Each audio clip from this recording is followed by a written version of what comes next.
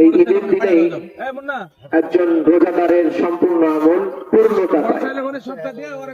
আল্লাহ নবী সাল্লাল্লাহু আলাইহি ওয়াসাল্লাম হাদিসের মধ্যে বলেছেন, فإذا كان يوم عيدهم يعني فطرهم باها بهم ملائكته فقال يا ملائكتي إلى آخر الحديث। আল্লাহ নবী সাল্লাল্লাহু আলাইহি ওয়াসাল্লাম বলছেন, একটা মাস সিয়াম সাধনার পরে যখন ঈদুল ফিতরের দিন আসে, আল্লাহ পাক রব্বুল আলামিন তিনি তার রহমতের ফেরেশতাদেরকে ডাক দিয়ে দিয়ে বলেন, হে আমার ফেরেশতারা বলো, কোন মজুর যদি তার ঠিকমতো কাজ সম্পন্ন করে তাহলে তার মজুরিটা কেমন দিতে হবে? ফেরেশতারা বললেন, অবশ্যই যথাযথ তার মজুরি দিতে হবে। তখন আল্লাহ পাক রব্বুল আলামিন বলেন, হে আমার ফেরেশতারা, আমার বান্দারা তাহাদের প্রতি আমি নির্দেশিত ফরজ আদায় করিয়াছে। তাদেরকে আমি যে ফরজ নির্দেশ করেছিলাম তারা সেই ফরজ যথাযথভাবে আদায় করেছে, সিয়াম সাধনা করেছে, রাতে কিয়াম করেছে, একটা মাস তারা আমার ইবাদত বন্দেগী করেছে যথাযথভাবে। অতএব তোমরা সাক্ষী থাকো, তোমরাই বললে যদি কেউ তার কাজকে সম্পূর্ণ করে তার প্রতিফল তাকে যথাযথ বুঝিয়ে দিতে হবে। আমি আল্লাহ আমার বান্দাদের আজকে ঈদের দিনের সমস্ত দোয়াকে কবুল করে নিলাম। সুবহানাল্লাহ। শুধু তাই না,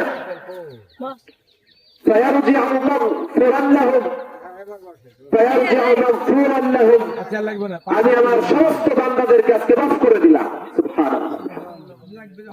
আরেকটা হাদিসের মধ্যে আসছে, আল্লাহ নবী বলছেন, ফেরেশতারা ঈদগাহে যাওয়ার যে রাস্তা, সেই রাস্তার পাশে দাঁড়িয়ে থেকে ঘোষণা করতে থাকে, ওহে পুণ্যবান ব্যক্তি, ওহে মুমিন বান্দারা, চলো তোমার রবের ক্ষমার দিকে চলো। কারণ ঈদগাহে যখন তুমি যাবে, ঈদের নামাজ শেষ করে খুতবা শ্রবণ করে তুমি যখন বাড়িতে ফিরবে, আল্লাহ পাক রব্বুল আলামিন তোমাকে নিষ্পাপ শিশুর মতো করে বাড়িতে ফিরাবেন। সুবহানাল্লাহ।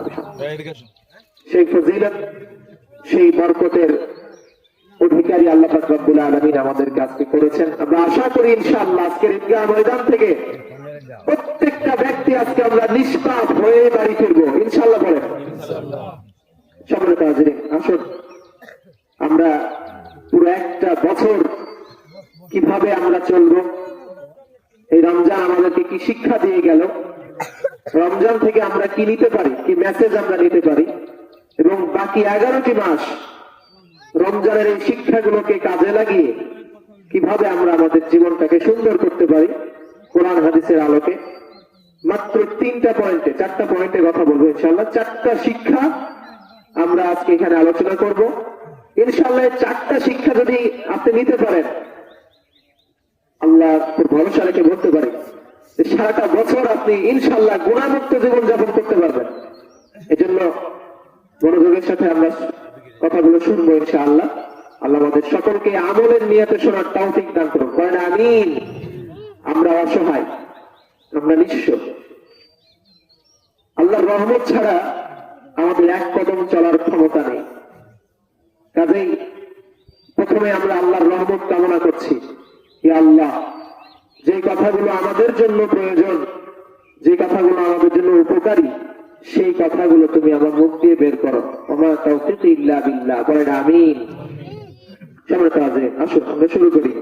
1 নাম্বার, রমজান মাস কিন্তু শুধুমাত্র রমজানেই রোজা না, পুরো 11টি মাসের নফল রোজাগুলোর ব্যাপারে আমাদেরকে উৎসাহিত করে। যেমন প্রতি মাসের 13, 14, 15 আশুরার রোজা, আরাফার রোজা, এই রোজাগুলো আমাদেরকে রাখতে হবে। এই শিক্ষা রমজান আমাদেরকে দিয়ে যায়। বিশেষ করে রমজান পরবর্তী, আজকে আমরা যে ঈদের নামাজ পড়ছি, আজকে শাওয়ালের প্রথম দিন, তাই না? শাওয়াল মাসটা আমাদের জন্য অত্যন্ত গুরুত্বপূর্ণ।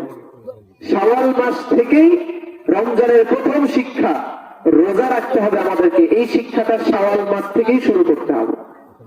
কেননা মুসলিম শরীফের 1164 নম্বর হাদিস, আল্লাহ নবী সাল্লাল্লাহু আলাইহি সাল্লাম বলছেন, মান সামা রমাদান ثم أتبعه ستا من شوال كان كصيام الدهر আল্লাহ নবী সাল্লাল্লাহু আলাইহি ওয়াসাল্লাম বললেন, যদি কোনো ব্যক্তি পুরো একটা মাস রমজান ব্যাপী রোজা রাখে এবং এই পুরো এক মাস রোজা রাখার পরে শাওয়াল মাসে এসে শাওয়ালের 6টি রোজা নফল রোজা রাখতে পারে, আল্লাহ পাক রব্বুল আলামিন পুরো এক বছর রোজা রাখার যে সওয়াব হয় তার আমলনামায় সেই সওয়াব আল্লাহ পাক রব্বুল আলামিন দান করে দিবেন। সুবহানাল্লাহ। রোজা রাখবেন মাত্র 36টা আর সওয়াব পাবেন 365 দিনে। সুবহানাল্লাহ। আল্লাহর মহিমা বড় বিরাট, আল্লাহর রহমতের শেষ নেই, আল্লাহর করুণার শেষ নেই। আল্লাহ পাক রব্বুল আলামিন আমাদেরকে শুধু অফার দিয়ে রেখেছেন। তাহলে রমজানের প্রথম শিক্ষা, প্রথম মেসেজ আমাদের জন্য শুধু রমজানই নয়, রমজানের বাইরে যে নফল রোজাগুলো আল্লাহ আমাদেরকে দিয়েছেন, আরাফার রোজা, আশুরার রোজা, শাওয়ালের নফল রোজা, প্রতি মাসের নফল রোজাগুলো আমরা রাখার চেষ্টা করবো। কারণ ইনশাআল্লাহ রোজা এমন একটা ইবাদত যে ইবাদতের মধ্যে দিয়ে আমরা আল্লাহর নিকটবর্তী অন্য সমস্ত ইবাদতের থেকে দ্রুত হতে পারি। কারণ রোজা সরাসরি আমাদেরকে আল্লাহর সাথে কানেক্ট করে। অন্যান্য ইবাদত ফেরেশতাদের মাধ্যমে আল্লাহর কাছে নিয়ে যাওয়া হয়, কিন্তু রোজা এটা সরাসরি আল্লাহর কাছে পৌঁছে যায়। সুবহানাল্লাহ। এজন্য যত বেশি রোজা রাখবেন তত বেশি আল্লাহর নিকটবর্তী হবে। তাই আমরা রমজানের এই শিক্ষাটাকে আমাদের পুরো 11 মাস কাজে লাগার চেষ্টা করব। আমরা আমাদের সকল নফল রোজাগুলো, বিশেষ করে শাওয়ালের এই 6টি রোজা নফল হলেও আমরা এটাকে ফরজের মতো বিধান মনে করব, মনে মনে এটাকে ফরজ মনে করব এবং অবশ্যই পালন করব ইনশাআল্লাহ। রমজানের 2 নম্বর শিক্ষা, এটা হচ্ছে রমজানের বেসিক মূল শিক্ষা, তাকওয়া। কারণ রোজার আয়াতে আল্লাহ বলেছেন লাআল্লাকুম তাত্তাকুন, যাতে তোমরা তাকওয়া অর্জন করতে পারো। তাকওয়াটাই হচ্ছে রমজানের মূল শিক্ষা। কারণ যখন কোনো ব্যক্তির হৃদয়ে থাকে আল্লাহর ভয়, তখন সে দুনিয়ার কোন গুনাহের দিকে আর অনুপ্রাণিত হয় না। আল্লাহ পাক রব্বুল আলামিন তিনি নিজে তাকে সমস্ত গুনাহ থেকে বিরত রাখার দায়িত্ব নিয়ে নেন। সুবহানাল্লাহ। আল্লাহ যদি আপনাকে গুনাহমুক্ত রাখার দায়িত্ব নেন, তাইলে কি আর গুনাহ হওয়ার সম্ভাবনা আছে? সম্মানিত মুসল্লিয়ান ইকরাম, আর মাত্র 16 মিনিট আছে। আপনারা এখনো অনেকেই রাস্তায়, এখন অনেকে হয়তো বেরো হন নাই। আমি আপনাদেরকে অনুরোধ করবো আপনারা একটু তাড়াতাড়ি চলে আসেন। আমরা কিন্তু জামাতের সময় বাড়াবো না, আপনারা অতি সত্বর চলে আসেন, তাকবীর পড়তে পড়তে চলে আসেন, আপনারা অতি দ্রুত চলে আসেন। আর মাত্র 16 মিনিট 15 মিনিট সময় আছে। এজন্য আমি আপনাদেরকে অনুরোধ করছি, আপনারা এখনো যারা রাস্তায় আছেন একটু দ্রুত চলে আসেন, আপনারা একটু দ্রুত চলে আসেন। আল্লাহু আকবার, আল্লাহু আকবার, লা ইলাহা ইল্লাল্লাহ, আল্লাহু আকবার, আল্লাহু আকবার, ওয়ালিল্লাহিল হামদ। সম্মানিত উপস্থিতি, যেটা বলছিলাম, মাইকের আওয়াজটা আপনারা শুনতে পাচ্ছেন? আমার মাইকের আওয়াজ যাদের কানে যাচ্ছে, সম্মানিত মুসল্লিবৃন্দ, আমি আপনাদেরকে অনুরোধ করছি আপনারা একটু তাড়াতাড়ি চলে আসেন। আমাদের এবছর প্রথম আমরা উদ্বোধন করছি, আমাদের প্রথমটা যেন সুন্দর হয়, শুরুটা যাতে আমরা সুন্দরভাবে করতে পারি, এজন্য আমি অনুরোধ করছি আপনারা একটু তাড়াতাড়ি চলে আসেন, অতি দ্রুত চলে আসেন। সম্মানিত উপস্থিতি, যেটা বলছিলাম, তাহলে রমজানের মূল শিক্ষা হচ্ছে আল্লাহর ভয়। শয়তান আমাদের প্রকাশ্য শত্রু, এটা আমরা জানি। মানুষ গুনাহ কেন করে? শয়তানের ধোঁকায় কিংবা নফসের তাড়নায়। আল্লাহর ভয় যদি আপনি অর্জন করতে পারেন, শয়তানের ধোঁকাকেও কাবু করতে পারবেন, নফসের তাড়না থেকে নিজেকে বিরত করতে পারবেন, যদি আল্লাহর ভয় অর্জন করতে পারেন।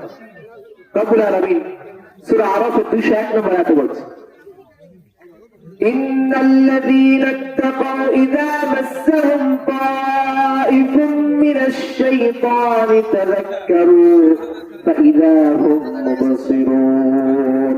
আল্লাহ পাক রব্বুল আলামিন বলছেন, যারা আল্লাহকে ভয় করে, যারা আল্লাহ ভীরু হয়, শয়তানের ধোঁকা, শয়তানের কুমন্ত্রণা তাদের কিছুই করতে পারে না। শয়তান যখন তাদেরকে ধোঁকা দেয়, গুনাহের দিকে উৎসাহিত করে, শয়তানের ধোঁকা তাদের কোনো ক্ষতি করতে পারে না। শয়তানের ধোঁকা পাওয়ার সাথে সাথে আবার তারা আল্লাহর ভয়ে নিজেদের অন্তরটাকে গুনাহ থেকে ফিরিয়ে নেয়। সুবহানাল্লাহ। তাহলে এটা হচ্ছে রমজানের মূল শিক্ষা। যদি আপনি আল্লাহর ভয়কে অর্জন করতে পারেন, তখন শয়তান যে আপনাকে ধোঁকা দিবে, শয়তানের ধোঁকা এটা তখন আর কোনো কাজে আসবে না। কারণ তখন আপনি আল্লাহকে ভয় করছেন। তখন আপনি ভয় করছেন কাকে? আল্লাহকে। আর আল্লাহকে যখন আপনি ভয় করছেন, তখন শয়তানের ধোঁকা আপনার আর কোনো কাজে আসবে না। শয়তান বলবে আপনাকে খারাপ কাজ করতে, কিন্তু খারাপ কাজ করার সাথে সাথে আপনার মনে পড়ে যাবে যে আমাকে একজন দেখছেন, তিনি কে? আল্লাহ। শয়তানের ধোঁকা যদি আমরা এড়াতে পারি তাহলে মোটামুটি গুনাহ থেকে বেঁচে যাব। কিন্তু শয়তান তো রমজান মাসে বন্দী ছিল। শয়তান রমজান মাসে কি ছিল? বন্দী ছিল না। রমজান মাসে কি সবগুলা ফেরেশতা হয়ে গেছিলাম আমরা? রমজানের গুনাহ করেছি কেন? কারণ শুধুমাত্র শয়তানের ধোঁকায় আমরা গুনাহ করি না, নফসের তাড়নাতে আমরা গুনাহ করি। শয়তানের ধোঁকাতে গুনাহ আমরা করি, তবে তার থেকেও বেশি নফসের তাড়নায় আমরা গুনাহ করি। সম্মানিত উপস্থিতি, যদি আমরা আল্লাহর ভয় অর্জন করতে পারি, আমাদের ভিতরে যে নফসে আম্মারা রয়েছে, যেটা আমাদেরকে কুমন্ত্রণা দেয়, আমরা আমাদের এই নফসটাকেও কাবু করতে পারি। এজন্য আমাদেরকে আল্লাহর ভয় আগে অর্জন করতে হবে। আল্লাহর ভয় যখন আপনার ভিতরে থাকবে, তখন আপনি নফস শয়তানকে কিভাবে কাবু করবেন সেই শিক্ষা আমাদেরকে রমজান দিয়ে যাচ্ছে। দেখেন, সারাদিন রোজা রেখেছিলেন, সারাদিন রোজা রেখে বিকেল বেলা যখন আপনার পিপাসায় গলাটা শুকিয়ে গেছে, আসরের নামাজে এসেছেন, ওযু করছেন, এবার ওযু করার সময় আপনি কুলি করছেন, পানিটা কণ্ঠনালী বরাবর চলে গেছে, ভিতরে জমে যাবে ভাব, মনটাও চাই গিলে ফেলি, পিপাসা। কিন্তু ওই সময় আপনি কি করেন? না, ওই সময় আপনি পানি পান করেন না, কারণ পৃথিবীর কোন মানুষ জানতে পারবে না যে আপনি পানি পান করলেন। কিন্তু আল্লাহ পাক রব্বুল আলামিন কিন্তু বুঝে ফেলবেন। এই যে আল্লাহর একটা ভয়, যে আল্লাহ তো জানবেন, এই জন্য আপনি পানিটা পান করলেন। এই যে রমজান আপনাকে শিক্ষা দিল নফসের তাড়নাকে কিভাবে পরাজিত করতে হয়। পৃথিবীর শ্রেষ্ঠ জিহাদ হচ্ছে নফসের সাথে জিহাদ। কোন ব্যক্তি যদি তার নফসকে পরাজিত করতে পারে, তাহলে পৃথিবীর কোন গুনাহ তাকে গ্রাস করতে পারবে না। এজন্য নফসের সাথে আমাদেরকে আগে জিহাদ করতে হবে। সম্মানিত মুসল্লিবৃন্দ, আমি আপনাদেরকে আবারও অনুরোধ করছি, আর মাত্র 10 মিনিট সময় আছে, আমরা কিন্তু ঠিক যথা সময়ে জামাত শুরু করব। এজন্য আপনারা দয়া করে চলে আসেন। এখনো যারা রাস্তায় আছেন অতি সত্ত্বর চলে আসেন। আমাদের হাতে সময় খুবই কম। ঠিক আছে, এটা থাক। আমাদেরকে যিনি এত বড় প্রতিষ্ঠান আমাদেরকে যিনি দিয়ে গেছেন, দান করেছেন, আমাদেরকে মসজিদ দিয়েছেন, মাদ্রাসা দিয়েছেন, আমাদের ঈদগাহ আজকে উদ্বোধন হতে যাচ্ছে, আলহামদুলিল্লাহ। আমাদেরকে যিনি প্রতিষ্ঠান দিয়ে গেলেন, আলহাজ মোস্তফাজুল ইসলাম পরিবারবর্গ এসেছেন, নয়ন আঙ্কেল এসেছেন, আমাদের সম্মানিত মসজিদ মাদ্রাসার সভাপতি, আলহামদুলিল্লাহ। আপনারা একটু তাড়াতাড়ি চলে আসেন। আমরা আসলে এই পরিবারের কাছে কৃতজ্ঞ, আমাদের অত্র এলাকাকে আপনারা এত বড় একটা প্রতিষ্ঠান দিয়েছেন, আলহামদুলিল্লাহ। আমরা দোয়া করি। সম্মানিত উপস্থিতি, যেটা বলছিলাম, তাহলে নফসের তাড়নাকে যদি আপনি পরাজিত করতে পারেন, আল্লাহর ভয় যদি আপনার অন্তরে থাকে, রমজানে যেমন আপনি আল্লাহকে ভয় করলেন, ক্ষুধা লাগলো কিন্তু খেলেন না, পিপাসা লাগলো পান করলেন না, আল্লাহর ভয়। রমজানের পরেও, রমজানের বাইরেও যখন আপনার গুনাহের দিকে মন চায়, একটু সুদ খায়, এটা মিথ্যা বলি, নামাজটা পড়লেন না, নামাজের সময় ঘুরে বেড়াচ্ছেন, তখন আপনি স্মরণ করেন আমি মিথ্যা বলছি, যাকে বলছি সে বুঝতে পারছে না এটা মিথ্যা, কিন্তু আল্লাহ বুঝতে পারছে। এই যে একটা ভয়, এই যে আল্লাহ আপনাকে দেখছে, আল্লাহ আপনাকে বুঝতে পারছে, এটাই হলো সব থেকে বড় জিহাদ। আর যখন আপনি এটা করতে পারবেন, রব্বুল আলামিন সূরা নাজিয়াতের 40-41 নম্বর আয়াতে ঘোষণা করছে, وَأَمَّا مَنْ خَافَ مَقَامَ رَبِّهِ وَنَهَى النَّفْسَ عَنِ الْهَوَى فَإِنَّ الْجَنَّةَ هِيَ الْمَأْوَى। আল্লাহ পাক রব্বুল আলামিন বলছেন, যে ব্যক্তি তার রবের সামনে উপস্থিত হওয়ার ভয় করে, কিয়ামতের ময়দানে আমাকে জবাব দিতে হবে আল্লাহর কাছে। পৃথিবীতে কাটানো প্রত্যেকটা সেকেন্ডের মূল্য দিতে হবে, হিসাব দিতে হবে। আমার টাকা পয়সা দান দৌলত কোন পথে ব্যয় করলাম, এটার হিসাব দিতে হবে। এই ভয় যারা করে, এই ভয়ে যারা নফসের কুপ্রবৃত্তি থেকে নিজেদেরকে বিরত রাখে, আল্লাহ পাক রব্বুল আলামিন বলছেন ইন্নাল জান্নাতা হিয়াল মাওয়া, জান্নাতি হবে তাদের আবাসস্থল। সুবহানাল্লাহ, তাদের জন্য জান্নাত যারা নফসের কুপ্রবৃত্তি থেকে নিজেদেরকে বিরত রাখে। সম্মানিত উপস্থিতি, রমজানের 2 নম্বর শিক্ষা আল্লাহর ভয় আমাদেরকে অর্জন করতে হবে এবং নফসের তাড়না থেকে আমাদেরকে বিরত থাকতে হবে। এই শিক্ষাটা শুধু রমজানেই নয়, পুরো 11 মাস আমাদেরকে ট্রেনিংটা সম্পূর্ণ করতে হবে। এখানে আমরা ট্রেনিং করলাম, এখন 11 মাস এটার উপরে চলবো, প্রশিক্ষণ শেষ, এখন এটাকে কর্মে রূপান্তর করতে হবে। প্রশিক্ষণ শেষ হওয়ার পরে তো আর্মিতে চাকরি শুরু হয়। ডিফেন্স আগে কি হয়? প্রশিক্ষণ, এরপরে শুরু হয় চাকরি। বর্ডার গার্ড বাংলাদেশ যারা আমাদের সীমান্ত রক্ষা করে, বিডিআর, এখন বিজেপি, আশা করি আবার বিডিআর হোক। তো এই যে বর্ডারের সীমান্ত প্রহরী যারা আমাদের দেশকে রক্ষা করছে, প্রথমেই কি তাদেরকে বর্ডারে পাঠিয়ে দেওয়া হয়? প্রথমে কি হয়? প্রশিক্ষণ, এরপরে তাদেরকে বর্ডারে পাঠানো হয়। তো এই একটা মাস আল্লাহ আমাদেরকে দিলেন প্রশিক্ষণ। কিভাবে তুমি আল্লাহর ভয় অর্জন করবে, কিভাবে তুমি নিজেকে গুনাহ থেকে বিরত রাখবে, এই শিক্ষাটা রমজান আমাদেরকে দিল।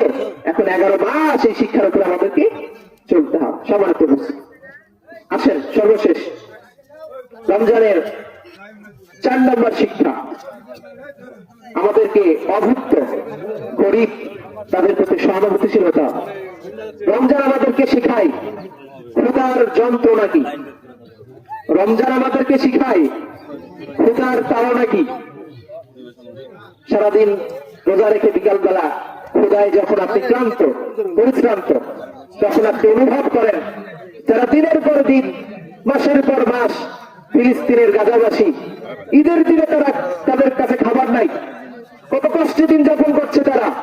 ঈদের দিনেও ইসরায়েল তাদের উপরে বম্বিং করেছে, 25 জন 30 জন শিশু মারা গেছে।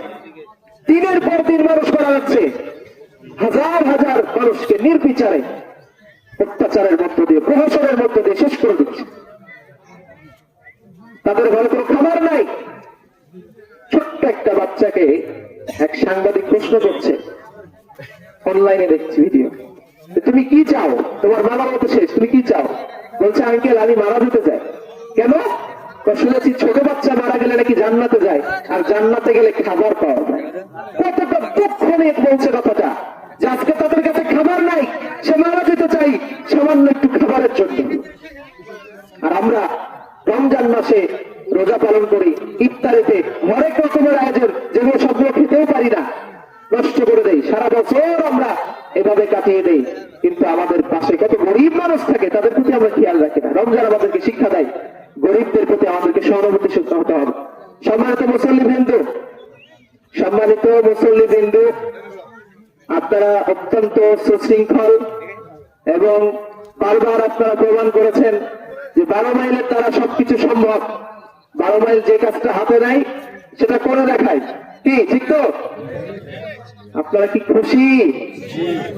ঈদ আজকে তো জোরে বলতে হবে, 12 মাইল যেটা হাতে নাই সেটা করে দেখাই তো, দেখাই কিনা? আজকেও আমরা দেখাবো ইনশাল্লাহ। সফল ভাবে ঈদের নামাজ সম্পূর্ণ হবে ইনশাল্লাহ। তো তাড়াতাড়ি চলে আসেন, রাস্তায় যারা আছেন অতি দ্রুত চলে আসেন, আমাদের হাতে সময় খুবই কম। মাইকের সাউন্ড দূরে না যাওয়ার কারণ যাই হোক, আচ্ছা ঠিক আছে। আমাদের নামাজ 8টায় ছিল, আমরা 8:10 ইনশাল্লাহ শুরু করবো। আপনাদের জন্য সময় একটু বাড়িয়ে দেওয়া হলো, কিন্তু আপনারা একটু তাড়াতাড়ি চলে আসেন। আমাদের 1টা বছর পরে আমরা নামাজ শুরু করবো, আমাদের নিয়ম কারণের বিষয় আছে। সম্মানিত মুসল্লিরা আপনি একটু চুপ করেন, সবাই চুপ করেন, কথা বলে না, কথা বলেন না, চুপ করেন, সবাই চুপ করেন। যারা রাস্তায় আছেন আপনারা একটু তাড়াতাড়ি চলে আসেন, অতি দ্রুত চলে আসেন। আল্লাহু আকবার, আল্লাহু আকবার, লা ইলাহা ইল্লাল্লাহু, আল্লাহু আকবার, আল্লাহু আকবার, ওয়া লিল্লাহিল হামদ। সম্মানিত উপস্থিতি, যেটা বলছিলাম, তাহলে রমজান আমাদেরকে শিক্ষা দেয় শুধুমাত্র আমি নিজে ভালো আছি, আমি নিজে ভালো খাচ্ছি, এটা করলে হবে না। আমাদেরকে আমাদের প্রতিবেশী আত্মীয় স্বজন তাদের প্রতি খেয়াল রাখতে হবে, সহানুভূতিশীলতা। وفي أموالهم حق للسائل والمحروم সূরা জারিয়াতের 19 নম্বর আয়াত। আল্লাহ পাক রব্বুল আলামিন বলেন প্রত্যেক ধনীদের সম্পদে গরিবদের একটা অংশ আছে, এটা বুঝিয়ে দিতে হবে। আমি আপনার কাছে 100 টাকা ধার দিলে এটা ফেরত দেওয়া আমার জন্য যেমন জরুরি, যখন আমি ধনী আমার সম্পদের একটা অংশ গরিবদের কাছে পৌঁছে দেওয়া এটাও জরুরি, দিতে হবে। যদি না দেন কিয়ামতের মাঠে ধরা খেতে হবে। আর প্রতিবেশীর সাথে আত্মীয় স্বজনের সাথে সৎ ব্যবহার করা, তাদের প্রতি সৎ আচরণ করা, এটা আল্লাহ পাক রব্বুল আলামিন আমাদেরকে সূরা নিসার 36 নম্বর আয়াতে আদেশ করেছেন। রব্বুল আলামিন বলছেন ওয়া'বুদুল্লাহা ওয়া লা তুশরিকু বিহি শাইআন ওয়া বিল ওয়ালিদাইনি ইহসানা ওয়া বিযিল কুরবা ওয়াল ইয়াতামা ওয়াল মাসাকিন ওয়াল জারি যিল কুরবা والجار الجنب والصاحب بالجنب وابن السبيل وما ملكت أيمانكم إن الله لا يحب من كان مختالا فخورا رب العالمين বলছেন তোমরা আল্লাহর ইবাদত করো, তার সাথে শরীক করো না। প্রথম আদেশ ভালো করে খেয়াল করেন। আল্লাহ পাক রব্বুল আলামিন এখানে যে কথাগুলো বলছেন প্রত্যেকটা কিন্তু ফরজ। কোরআনের প্রত্যেকটা আয়াত কি ফরজ। প্রথমে আল্লাহ বললেন ইবাদত করো আল্লাহর, লা তুশরিকু বিহি শাইআ, আল্লাহর সাথে শরীক করো না কাউকে। এরপরে বললেন 2 নম্বরে ওয়া বিল ওয়ালিদাইনি ইহসানা, সূরা নিসা 36 নম্বর আয়াত, আপনি চাইলে পড়তেও পারেন। 2 নম্বর পিতামাতার সাথে সদাচরণ করো। তারপর আল্লাহ বললেন ওয়া বিল কুরবা ওয়াল ইয়াতামা ওয়াল মাসাকিন والجار ذي القربى والجار الجنب والصاحب بالجنب وابن السبيل। তোমার আত্মীয় স্বজন, তোমার প্রতিবেশী, মুসাফির, দরিদ্র, অসহায় সকলের প্রতি তুমি সহানুভূতিশীল হও। তোমাদের সম্পদ গচ্ছিত করে রেখো না, ছেড়ে দাও। আল্লাহ পাক রব্বুল আলামিন অবশ্যই অহংকারীকে এবং আত্মঅভিমানকারীকে পছন্দ করেন না। আর আমরা সম্পদের বড় অহংকারী হয়ে উঠি। সম্পদ বেশি, যার যত সম্পদ বেশি হয় তার মনটা তত ছোট হয়ে যায়। সম্পদ হয় বড়লোক, কিন্তু ব্যবহারে তাদের দিলটা ছোট হয়ে যায়। সমাজে মুসলিম আপনাদের জন্য আমরা 10 মিনিট বাড়িয়েছি, এর বেশি কিন্তু আর বাড়াতে পারবো না। পরবর্তীতে জামাত যদি কেউ ফেল করেন আমরা কিন্তু দায়ী থাকবো না, আপনাদেরকে বলে দেওয়া হয়েছে। আমি অনুরোধ করবো আপনারা একটু তাড়াতাড়ি আসেন, রাস্তায় যারা আছে একটু দ্রুত হেঁটে আসেন, একটু দ্রুত হেঁটে আসেন। সম্মানিত হাজিরিন, যেটা বলছিলাম, তাহলে যখন আমরা দান খয়রাত করবো তখন প্রথমে যেটা করতে হবে, প্রথম দানটা করতে হবে আপনার আত্মীয় স্বজন থেকে শুরু করতে হবে, আপনার আত্মীয় স্বজনের মধ্য থেকে। এই যে ঈদগাহে আসার আগে আমরা ফিতরা দিয়ে আসি, ফিতরাটা কি? ফিতরার মধ্য দিয়ে আল্লাহ আমাদের রমজানের রোজার ভুল ত্রুটি ক্ষমা করে দিয়ে সব রোজা কবুল করে নেন, সুবহানাল্লাহ ওয়া বিহামদিহি। তাহলে শুধুমাত্র ফিতরা দিয়েই দায়িত্ব শেষ করে দিলে হবে না। এই 11 মাস আমাদেরকে খোঁজ খবর রাখতে হবে, তাদের একা একাই উদযাপন করলে হবে না, সবার প্রতি খেয়াল করতে হবে। তাহলে প্রথম আত্মীয় স্বজনকে আপনি উৎসাহিত, আত্মীয় স্বজনের মধ্যে আপনি আগে দান করবেন। যখন আপনি দান করছেন প্রথমে আপনাকে আত্মীয় স্বজনের কাছে দান করতে হবে। আর আমরা কি করি, জালসায় দান করলে নাম হবে, আত্মীয় স্বজনের কাছে দিলে তো নাম হবে না। আমরা ওইটা চাই, মারহাবা দানবীর, এটা শুনতে চাই, কিন্তু এটা উত্তম দান নয়। উত্তম দান সেটা যেটা কোন অভুক্ত ব্যক্তির খাবার জোগায়, যেই দান আপনার কোন অভুক্ত ব্যক্তির খাবার জোগায়, সেটাই উত্তম দান। কিয়ামতের ময়দানে আল্লাহ পাক রব্বুল আলামিন বলবেন, হে আমার বান্দা, দুনিয়াতে তোমার কাছে আমি চেয়েছিলাম, তুমি দাও নাই। আল্লাহ কি আমাদের কাছে ভিক্ষা চাই? চাই না, কিন্তু আল্লাহ বলবেন দাও নাই। তখন বান্দা অবাক হবে, কি ব্যাপার, আল্লাহ তো চাই নাই, কখন চাইলে? আল্লাহ পাক রব্বুল আলামিন, ওই যে তোমার বাড়ির পাশে একটা অভুক্ত ছিল, তাকে তুমি খাবার পৌঁছে দাও নাই। পৃথিবীতে মানুষের সেবা, কোন সেবা, শুধু ইসলাম ধর্ম নয়, হিন্দু ধর্মে বলেন, খ্রিস্টান ধর্মে বলেন, বৌদ্ধ ধর্মে বলেন, পৃথিবীর প্রত্যেকটা ধর্ম শেখায় মানুষের সেবা করো, মানুষের কল্যাণ কামনা করো, মানুষের উপকার করো, এটা উত্তম। এজন্য আমাদেরকে সহানুভূতিশীল হতে হবে। তাহলে প্রথম দান আপনার আত্মীয় স্বজনের মধ্যে করবেন। এই জায়গাতে আমরা আবার বিভেদ তৈরি করি। কিভাবে? যারা পুরুষ আছেন কি করে? নিজের বাবা মার জন্য কিনে, নিজের ভাই বোনদের জন্য কিনে, শ্বশুর শাশুড়ি শালা শালীর কথাটা ভুলে যায় না, এটা বললে চলবে। আপনার ওয়াইফ, আপনার বউ, তারও মন চায় যে আমার বাবা মাকে কিছু একটা দেই, তারও মন চায় যে আমার ভাইটাকে যদি একটা কিছু দেওয়া যেত। আবার অনেক মা বোন কি করে? নিজের বাবা মার জন্য সুন্দরটা কিনে আর শ্বশুর শাশুড়ির জন্য খাওয়াটা কিনে। কারণ দুই দিকেরই সমস্যা আছে। এজন্য মা বোনদের আমাদেরকে সহানুভূতিশীল হতে হবে, আর আমার ভাইয়ের, আমার বাবাজিরা, পুরুষদের আপনাদের সহানুভূতিশীল হতে হবে। যখন আপনি কাপড় কিনছেন, আপনার বাবাও বেঁচে আছে, শ্বশুরও বেঁচে আছে, লুঙ্গি দুইটা কিনেন। আপনার বাবার জন্য 600 টাকা দিয়ে লুঙ্গি কিনতেন, সেখানে 300 টাকা দিয়ে দুইটা কিনেন, দুইজনকে দেন। আপনার ওয়াইফ খুশি হবে, তার মনটা বড় হবে যে আমার স্বামী আমার বাবাকেও ভালোবাসে। মা বলে, আপনি আপনার শাশুড়ির জন্য শাড়ি কিনেছেন, আপনার মায়ের জন্য যখন কিনছেন দুইটা কিনেন, শাশুড়িকে একটা দেন, মাকে একটা দেন, দুইজনের একই রকম দেন, একই ডিজাইনের দেন। এবার যখন আপনার শাশুড়ি এবং আপনার মা দুইজন এক জায়গায় হবে, দৃশ্যটা কত সুন্দর হবে, কত মধুর হবে। চিন্তা করেন তো, আপনার শাশুড়ি আপনার মা একই ড্রেস পরে আছে, ভালো লাগবে দেখতে। এই কাজটা করুন। আপনার শালা, আপনার ভাই একই পোশাক দেন, সবাইকে দেন। এরপরে যারা একটু বিত্তশালী আছেন, আপনারা আপনাদের প্রতিবেশীর দিকে খেয়াল করেন। কারণ এই আয়াতের ব্যাখ্যায়, সূরা নিসার 36 নম্বর আয়াতের ব্যাখ্যায় মুফাসসিরিন কেরাম বলছেন, আল্লাহ রাসূল সাল্লাল্লাহু আলাইহি ওয়াসাল্লাম বলেছেন, আবু দাউদ শরীফের মধ্যে আসছে হাদিসটা, প্রত্যেক প্রতিবেশীর মধ্যে সেই প্রতিবেশী আল্লাহর কাছে উত্তম যে তার প্রতিবেশীর কাছে ভালো। কিন্তু আমরা তো আমাদের প্রতিবেশীর সাথে সব থেকে খারাপ আচরণটা করি, তাই না? আপনি আপনার সন্তানকে, আমার আব্বা একটা কথা বলে সবসময়, আপনি আপনার সন্তানকে যদি ভালো না বাসেন, পাড়ার লোক ভালোবাসবে না, আগে আপনাকে ভালোবাসতে হবে। আপনার পাড়ার ছেলেকে আপনি যদি আগে না ভালোবাসেন, অন্য পাড়ার লোক ভালোবাসবে না। আপনার পাড়ার প্রতিষ্ঠানকে যদি আপনি মূল্য না দেন, অন্য পাড়ার লোক এসে আপনার পাড়ার প্রতিষ্ঠানকে কখনোই সামনের দিকে এগিয়ে নিয়ে যেতে সাহায্য করবে না। এটাই স্বাভাবিক। এজন্য আগে আপনার আত্মীয় স্বজনকে দেন, তারপর আপনার বাড়ির প্রতিবেশী, তার কাছে দেন। আর আপনার প্রতিবেশী সবার আগে বিপদে আপনার কাছে এগিয়ে আসবে।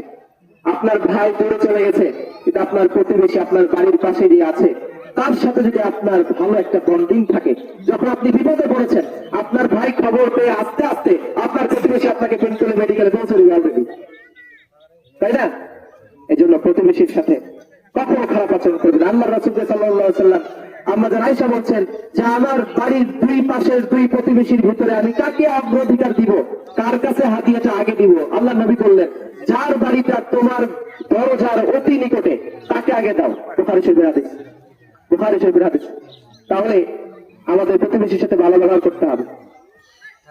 বাড়ির পাশে আপনার সব থেকে কাছে যে প্রতিবেশী আছে তার সাথে ভালো ব্যবহার করতে হবে।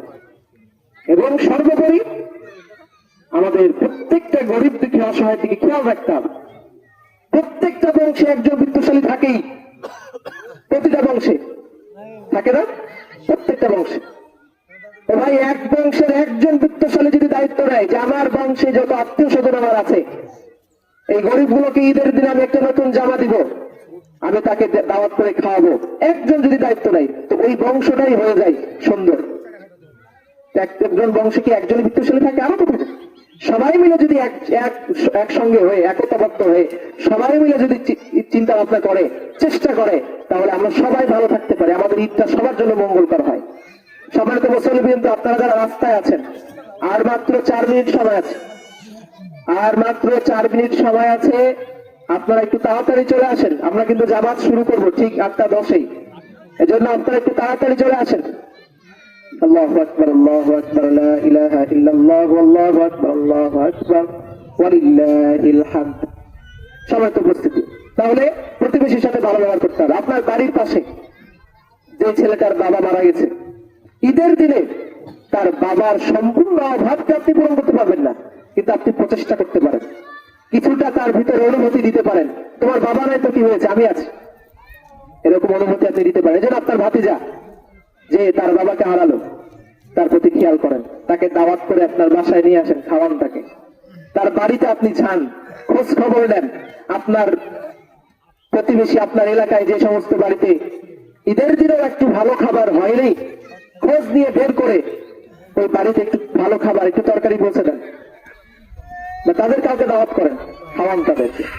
এই যে যখন আপনি হাদিয়া পাঠাচ্ছেন, খোঁজ খবর নিচ্ছেন, তখন আমাদের ভিতরে একটা ভালো সম্পর্ক তৈরি হবে। আর এই ভালো সম্পর্কটা আমাদেরকে ঐক্যবদ্ধ করবে। আর যখন আমরা ঐক্যবদ্ধ থাকবো, তখন কোন শত্রু আমাদের দিকে চোখ তুলে তাকানোর সাহস করবে না। কারণ একতাবদ্ধ হয়ে ঐক্যবদ্ধ থাকাটাই হলো আমাদের মুসলিমদের শক্তি। আজকে গোটা বিশ্বের মুসলিম যদি একতাবদ্ধ হয়ে থাকতো, তাহলে ফিলিস্তিনে এইভাবে হাজার হাজার পাখির মতো গুলি করে ইসরায়েল ফিলিস্তিনিদেরকে এইভাবে শেষ করতে পারতো না। আজকে আমাদের ভিতরে কোনো একতাই নেই। এটা শুধুমাত্র আন্তর্জাতিক মহলেই নয়, জাতীয় পর্যায় পর্যন্ত নয়, আপনার এলাকা ভিত্তিক, আপনার পরিবার ভিত্তিক যদি একতাবদ্ধ থাকতে পারেন, যখন আপনার পরিবার সমস্ত নিয়ে আপনি একতাবদ্ধ, যে লোকটা আপনার ক্ষতি করতে চায় ভয় পাবে যে ওরা 4 ভাই একসাথে আছে, লাগা যাবে না, ভয় পাবে। আপনার এলাকার প্রত্যেকটা মানুষ এই 12 মাইলে আমরা যেভাবে একতাবদ্ধ হয়ে ইতিপূর্বে বড় বড় প্রজেক্ট হাতে নিয়েছি এবং করে দেখিয়েছি, অন্যদের থেকে বড় করে দেখিয়েছি। এই যে এটা কেন সম্ভব হয়েছে? আমাদের ভিতরের একতা। এই একতাটা বজায় রাখার জন্য, এটাকে আরো বেশি গভীর করার জন্য আমাদেরকে একে অপরের কাছে হাদিয়া দিতে হবে, হাদিয়া পৌঁছে দিতে হবে। বিশেষ করে আজকের এই দিনে ছোট বাচ্চাদেরকে আপনারা হাদিয়া দিবেন। বিশেষ করে আপনার মহল্লার ইমাম, আপনার মহল্লার খতিব, আপনার মসজিদের মুয়াজ্জিন, আপনার এলাকায় যে ছেলেটা মাদ্রাসায় পড়ে, হাফেজ হয়েছে, ছোট বাচ্চা, তলেবুল ইলম, ফেরেশতা, এই বাচ্চাগুলোকে, এই যে আপনার মসজিদের মহল্লার ইমামকে, খতিবকে, মুয়াজ্জিনকে, তাদেরকে মুসাফা করেন, হাদিয়া করেন, দাওয়াত করেন, খাওয়ান। কারণ এদেরকে আল্লাহ ভালোবাসে। আর আল্লাহ যখন দেখে যে আমার ভালোবাসার মানুষকে আরেকজন মানুষ ভালোবাসছে, আল্লাহ ওই ব্যক্তিকেও ভালোবাসতে শুরু করে। সুবহানাল্লাহ। না, আপনার মাকে যদি আপনার বউ বেশি ভালোবাসে, তখন আপনার বউয়ের প্রতি আপনার একটা ভালোবাসা তৈরি হবে যে আমার মাকে ভালোবাসে। সবাই তাজরিন, আমরা কথা লম্বা করবো না, আসুন আমরা শেষ করি আজকের এই সংক্ষিপ্ত আলোচনা। আগামী যেহেতু একটা বছর আমাদেরকে চলতে হবে, এইটুকু সময়ের মধ্যে থেকেই যতটুকু শিক্ষা আমরা পাই না কেন, এই শিক্ষাটাকে আমাদেরকে কাজে লাগিয়ে যেতে একটা বছর চলতে হবে। আমরা নিয়াত করি, ইনশাআল্লাহ নিয়াত তো করি আপাতত, তারপর যদি দা হতে পারি তখন সেটা পরে দেখা যাবে, নিয়াত করতে হবে। আর রমজান পেয়েও যদি আপনি পরিবর্তন হতে না পারেন, সম্মানিত উপস্থিতি, আশা করি সবাই এসে গেছে, সবাই এসে গেছে। আর রাস্তায় যদি কেউ থাকেন, আপনার চলে আসেন, মাত্র 1 মিনিট, মাত্র 1 মিনিট সময়, এর ভিতরে আপনারা এসে উপস্থিত হন। সম্মানিত হাজরিন, এই আলোচনার মূল শিক্ষাটুকু আপনাদেরকে বলি। আল্লাহ পাক রব্বুল আলামিন সূরা নাহলের 93 নম্বর আয়াত দিয়েছেন, এটা বলার সময় নেই, আপনারা পড়বেন, অবশ্যই পড়বেন। সূরা নাহলের 93 নম্বর আয়াত অবশ্যই পড়বেন। আল্লাহ বলছেন, ওই নারীর মতো হও না যে সুতা পাকিয়ে একটা জিনিস তৈরি করলো, এরপরে আবার খুলে ফেললো। মানে খুব কষ্ট করে আপনি প্যান্ডেলটা সাজালেন ঈদের নামাজ পড়ার জন্য, ঈদের নামাজ হওয়ার পূর্বে আবার খুলে ফেললেন। তাইলে এটা বোকামি ছাড়া কিছু নয়। আল্লাহ এখানে স্পষ্ট একটা নারীর উদাহরণ দিয়েছেন, একেবারে উদাহরণ দিয়েছেন, আল্লাহ নিজেই উদাহরণ দিয়েছেন যে সুতা দিয়ে একটা কিছু তৈরি করলো এবং সে নিজে আবার খুলে ফেললো। ওইরকম উন্মাদ পাগলের মতো হও না, বরং যেটা বানিয়েছো সেটার ফায়দা নাও। এই যে রমজানে আপনি আপনার চরিত্রটাকে সুন্দর করেছেন, সুন্দরভাবে নিজেকে গড়ে তুলেছেন, পুরো রমজানে আল্লাহর ভয় ভিতরে অর্জন করেছেন, পুরো রমজান ব্যাপী নিজেকে একজন প্রকৃত মুমিন হিসেবে গড়ে তুললেন। এই মুমিন হিসেবে গড়ে তোলার পরে আজকে জোহর থেকে সব যেন শেষ না হয়ে যায়, এটাকে 11 মাস চালাতে হবে। পারবেন তো ইনশাআল্লাহ? ইনশাআল্লাহ আমাদের তৌফিক দান করুন, আমিন। তাহলে 1 নম্বর রোজা রাখবেন, নফল রোজা, শাওয়ালের রোজাগুলো 6টা রাখবেন। 2 নম্বর আল্লাহর ভয় অর্জন করবেন, অবশ্যই আল্লাহর ভয় অর্জন করবেন। নফসের প্রবৃত্তি থেকে দূরে থাকবেন, নফস যেটা বলে, মন যেটা চাই সেটা সব সময় করবেন না। এরপরে অবশ্যই অবশ্যই অভুক্ত গরিব যারা রয়েছে তাদের প্রতি আপনারা সহানুভূতিশীল হবেন, তাদেরকে খাবার পাঠাবেন। বিশেষ করে আপনাদেরকে এই পবিত্র ঈদের দিনে আমি অনুরোধ করব, খোঁজ খবর নিয়ে ফিলিস্তিনে যে সমস্ত অনুদানগুলো পাঠানোর ব্যবস্থা হচ্ছে, আপনারা একটু খোঁজ রাখবেন।